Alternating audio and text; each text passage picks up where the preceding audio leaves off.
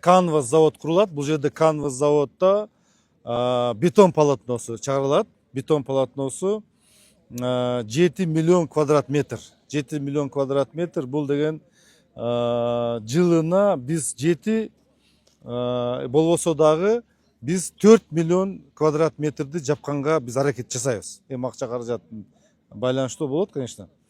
Экинчи маселе бул инвестиция 20 миллион долларлык инвестиция долбоор.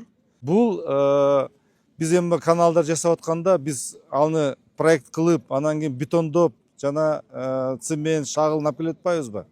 Бул жерде бул жумушун мындай айтканда күнүн дагы үнөмдөө, мезгилин убакыттарын үнөмдөө, анткени ал жерден арыгын же каналын даярдап коет, ошонун үстүнө төшөп коет дагы суу менен нымдап катып калат да. Мына бул деген сөзүбүз бул тез арада жумушубуз алдыга жылат деген сөзүбүз да. Кийинки маселе бул жерде эң негизги маселеси бул дагы бул 50 жылга чыдамкай материал экен, 50 жылга жарайт да. Анткени сиздер өзүңүз көрүп атасыздар, анча биз бетондо куюп атканда бетондун аралыгында чөптөр өсүп кетти. Бул жерде дагы андай болбойт. Экинчи кийинки дагы маселе бунун тазалашы дагы өзүнүн баягы технологиялары бар. Ар бир экскаваторго өзүнчө бир резинка тагылат.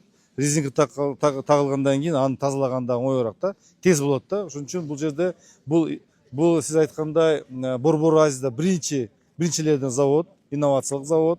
Бул Великобританияда Уэльс мамлекетинде завод курулган. Бизде Кыргызстан боюнча мен айтып кеткенде 28 000 километр каналыбыз бар. Сиздер жакшы билесиңер. Анын ичинде 6 000 километр биздин водхоздун балансында, калганы 22 000 километр канал. Бул ички чарбалык каналдар, бул айыл өкмөттүн балансында турат. Сиздер жакшы билесиңер, бизде суу жетишүү өтө оор, анткени 50-60% чейин жоготуулар бар. Ошол полотнону биз төшөсөк, тез арада убактыбызда үнөмдөп, тез арада төшөп, мына биздин дыйканга көлөмдүү сууну алып баруу деген мына ушул жерде тапшырма коюлуп атат. Мына ушунун негизинде биз иш алып баратабыз.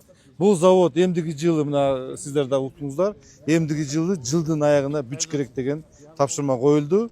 Биз 27-жылда вегетациялык периодко биз дагы ошол заводдон алып каналдарыбызга төшөө иштерин жасаш керекпиз.